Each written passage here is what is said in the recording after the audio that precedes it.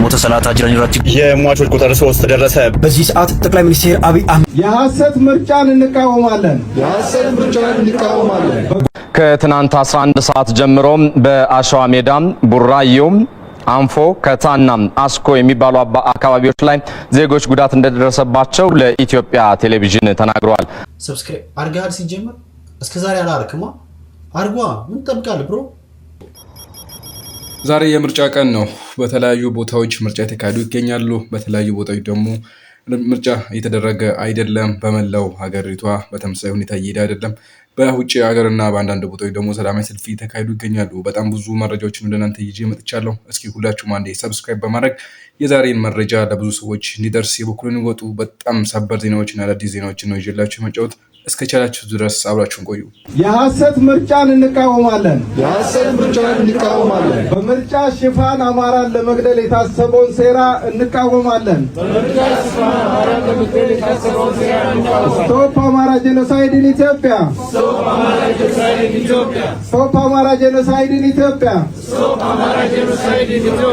ፋኖ ለሀገር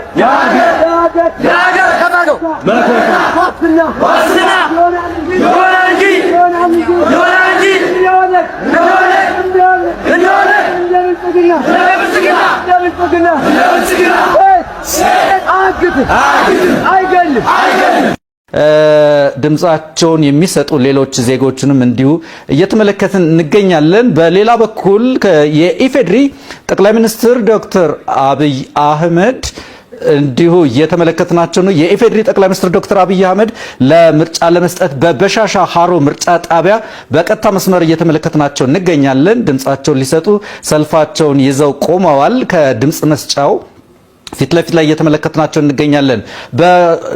ከማለዳ ጀምሮ በሻሻ ሃሮ የምርጫ ጣቢያ ምን እየተከናወነ እንደሚገኝ ስናስመለክተናችሁ ቆይተናል። የኢፌድሪ ጠቅላይ ሚኒስትር ዶክተር አብይ አህመድ የሚወዳደሩበት የምርጫ ክልል ድምጻቸውን የሚሰጡበት የምርጫ ስፍራ ላይ እየተመለከትናቸው እንገኛለን። ከፍተኛ የስራ ኃላፊዎች ምርጫ ድምጽ እየሰጡ ነው። ጠቅላይ ሚኒስትር ዶክተር አብይ አህመድ፣ የአዲስ አበባ ከተማ አስተዳደር ከንቲባ አዳነች አቤቤ፣ ከፍተኛ የፌዴራልና የአዲስ አበባ ከተማ አስተዳደር የክልል የስራ ኃላፊዎችን ነው እየተመለከትን የምንገኘው። ክብርት አዳነች አቤቤ የኢፌድሪ ጠቅላይ ሚኒስትር ዶክተር አብይ አህመድ የእጅ ምልክት እየተደረገላቸው እየተመለከትን እንገኛለን። ጠቅላይ ሚኒስትር ዶክተር አብይ አህመድ በማለዳው በበሻሻ ሃሮ ምርጫ ጣቢያ ተገኝተው ድምጻቸውን እየሰጡ ያለውን ነው የምንመለከተው። በዚህ የምርጫ ክልል ከማለዳው ጀምሮ ያሉ ሁኔታዎችን ስናስመለክታችሁ ነበር። ጠቅላይ ሚኒስትር ዶክተር አብይ አህመድ ድምጽ የሚሰጡበትን ስነ ስርዓት እንዲሁ እየጠየቁ ያለውን ሁኔታ የምርጫ አስፈጻሚዎች ጋር ንግግር አላቸው። ክብርት አዳነች አቤቤ እንዲሁ ጠቅላይ ሚኒስትር ዶክተር አብይ አህመድን እየተመለከትን እንገኛለን። የኢፌድሪ ጠቅላይ ሚኒስትር ዶክተር አብይ አህመድ ድምጽ እየሰጡ ነው። በቀጥታ ስርጭት የምንመለከታቸው ወደ መስጫ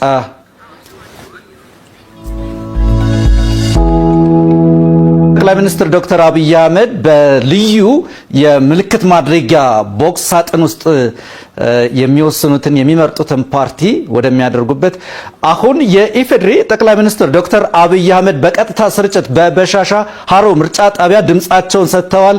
ድምጽ የሰጡበትን ወደ ሳጥኑ አስገብተዋል። በድምጻቸውን የኢፌድሪ ጠቅላይ ሚኒስትር ዶክተር አብይ አህመድ ድምጻቸውን ሰጥተዋል። በበሻሻ ሃሮ ምርጫ ጣቢያ እዛ ያለው ስነ ስርዓት በቀጥታ ስርጭት እየተመለከትን እንገኛለን። ኦነግ የነገሰ እንደሆነ አማራን እንደሚበላ ሁላችንም እናውቅ ነበር። እግዚአብሔር ምስክር ነው። አሁን የነገሰው አሁን መንግስቱን የተንቆራጠጠው ወንበሩን የያዘው ኦህዴድ አይደለም ኦነግ ነው። ይሄንን ታውቃላችሁ ሁላችሁ። ግን ስሙን ቀይሮ ኦነግ ስለማይወደድ ኦህዴድ ብሎ መጣ እንጂ ኦነግ ነው። ስለዚህ ኦነግ አሁንም ከኢትዮጵያ ላይ እስካልተወገደ ድረስ የአማራ ደም አይቆምም። ይህ በዚህ እንዳለ አንድ የሚያሳዝን የዜና ደግሞ አለ። በሲዳማ ክልል ምርጫው ሳይካሄድ ከረጢቱ ተሞልቶ አልቋል የሚል ዜና ደግሞ የተሰራጨ ይገኛል። እስኪ እሱን ተመልከቱ። ኦልሬዲ ምርጫ ካርዶች እየተቃጠሉ በቃ ህዝቡ ያቃጠላቸው ነው ያለው ገና ምርጫ ሳይኖር ማለት ነው።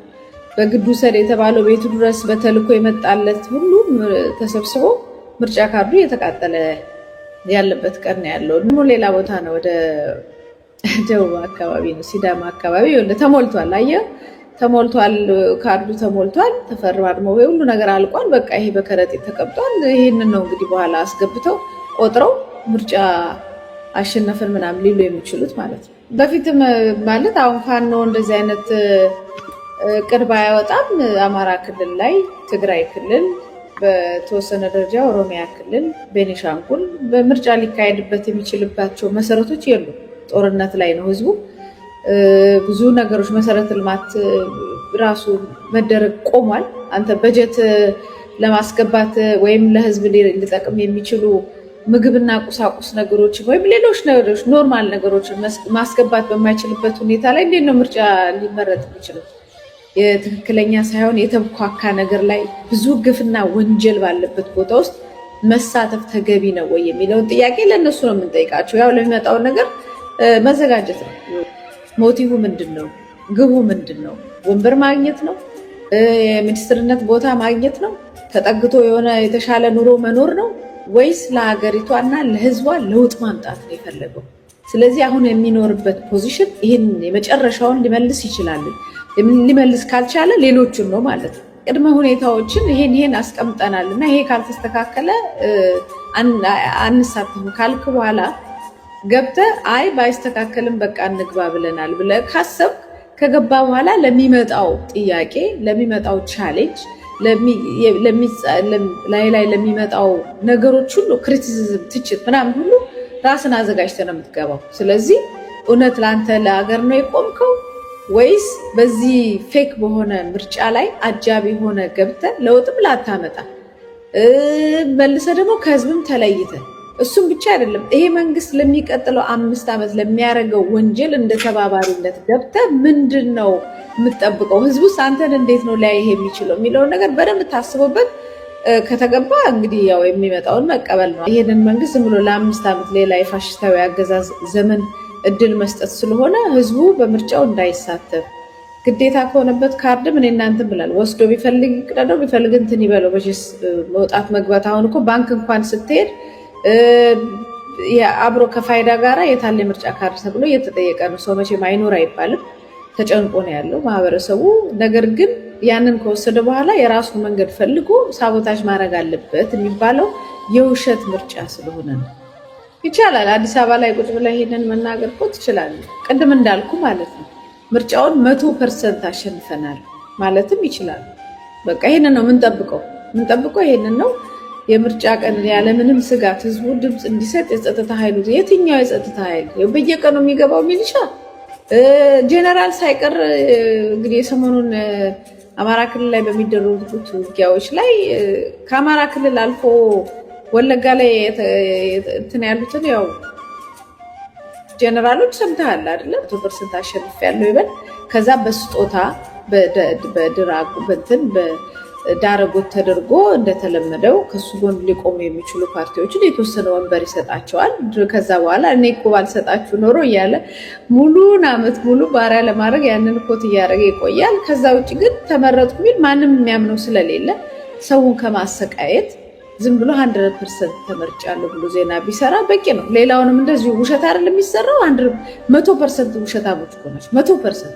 ስለዚህ ይሄንንም እንደሌላው ውሸት የኢትዮጵያ ጠግቦ አደር ነው፣ ከዓለም አንደኛ ነው፣ በ10% በላይ በአፍሪካ ተደርጎ የማይታወቅ እድገት እያሳየ ነው ምናምን እየተባለ ብልጽግናዎች መጥተው አብይ አህመድ እና አዳነች እንደሚነግሩን አይነት ውሸት ይህንንም እንደ አንድ ውሸት ብልጽግና ምርጫውን አሸነፈ ብለው ይለጥፉ። በቃ የገዢው ብልጽግና ፓርቲ የወረዳ ኃላፊ ተገደሉ። በአማራ ክልል ሰሜን ወሎ ዞን የአንጎት ወረዳ ብልጽግና ፓርቲ ጽህፈት ቤት ኃላፊ የነበሩት አቶ ተመስገን ያረጋል በተተኮሰባቸው ጥይት መገደላቸው ተሰምቷል። የወረዳው አስተዳደር ባወጣው መግለጫም የ40 ዓመቱ አመራር አቶ ተመስገን ከስራ ወደ ቤታቸው ሊገቡ ሲሉ በሰርጎ ገብ ታጣቂዎች መገደላቸውን አስታውቋል። እናንተ ስለ ጉዳዩም ትላላችሁ። ለተጨማሪ መረጃ ፎሎ ማድረጋችሁ እንዳዘነጉ። ከትናንት 11 ሰዓት ጀምሮ በአሸዋ ሜዳ ቡራዩ አንፎ ከታና አስኮ የሚባሉ አካባቢዎች ላይ ዜጎች ጉዳት እንደደረሰባቸው ለኢትዮጵያ ቴሌቪዥን ተናግረዋል። ጉዳዩን አስመልክተን በቀጥታ የስልክ መስመራችን ላይ የኦሮሚያ ክልል ፖሊስ ኮሚሽነር ጄኔራል አለማየሁ እጅጉን በቀጥታ መስመራችን ጋብዘናቸዋል። ኮሚሽነር ጄኔራል ስለ ጊዜዎት እናመሰግናለን። እሺ እኔም አመሰግናለሁ። እስኪ እንግዲህ ቅሬታ አቅራቢዎቹ በርከት ያሉ ሀሳቦችን ያነሱት የክልሉ ፖሊስ ችግሩን ለምን በፍጥነት መቆጣጠር አልቻለም ከሚለው እንጀምር። እሺ የክልሉ ፖሊስ በተቻለ መጠን ችግሩ የተከሰተበትን አካባቢ ፖሊሶች እየሄዱ ለመቆጣጠር ሙከራ አድርጓል። ግን ለምን አልቻለም ለምለው የመሬት አቀማመጥ ህዝቡ አሰፋፈርም ለዚህ ምቹ አይደለም። ኢንፎርሜሽን ተገኝቶ ወደ ችግሩ በተከሰተበት ቦታ ሲሄዱ ወንጀለኞቹ ወይም በቡድን ተደራጅተው የሰው ህይወት የሚያጠፉ ንብረት የሚዘርፉ የመሸሽና የመደበቅ ሁኔታን ተፈጥሯል። ይሄ ከመሬት አቀማመጡ ሲሆን ችግሩም የተከሰተው አንድ ቦታ ብቻም ሳይሆን ወይ ሁለት ቦታ ብቻም ሳይሆን የተበታተነበት ቦታ መሆኑ ነው። ለሰው ህይወትም ጥፋት ወይም ለንብረት ለማውደም ምክንያት የሆነውና ፖሊስ ሌሊትም ሙሉ ሳይተኛ ይሄ ችግር ከተፈጠረ ወዲህ ሲንቀሳቀስ ነው የቆየው። ዞሮ አሁን ያለው ሁኔታ ያንን ወደ መቀቀሉ ወይም ወደ ሰላም የማምጣት አዝማሚያዎች ይታያሉ። ፖሊስ በተቻለ መጠን ግን አቅሙን አሟጦ እየሰራ ነው የሚገኘው። እሺ በሰዎች ላይ የደረሰው ጉዳት ምን ያህል ነው? ከዚሁ ጋር ተያይዞስ ምን ያክል ነው ንብረት የወደመው መግለጽ ይቻላል? በዛም ሆነ በዚህ በየትኛውም ሁኔታ ሆነ እኛ የምንፈልገው ለሀገራችን ሰላም የሚሰጠን መንግስት ተመርጦ እንዲመራ ነው የምንፈልገው። ለዜጎቹ የሚጨነቅ ለሀገሪቷ የሚጨነቅና ለዜጎቹ የሚያስብ መንግስት መጥቶ ከየትም ይሁን ብቻ ሰብአዊነት የሚሰማው ለሀገሩ ዜጎች የሚጨነቅ መንግስት እንዲመራ ነው የምንፈልገው። እግዚአብሔር ሰላም ያርግልን ሀገራችንን። መልካም ቆይታ ይሁንላችሁ።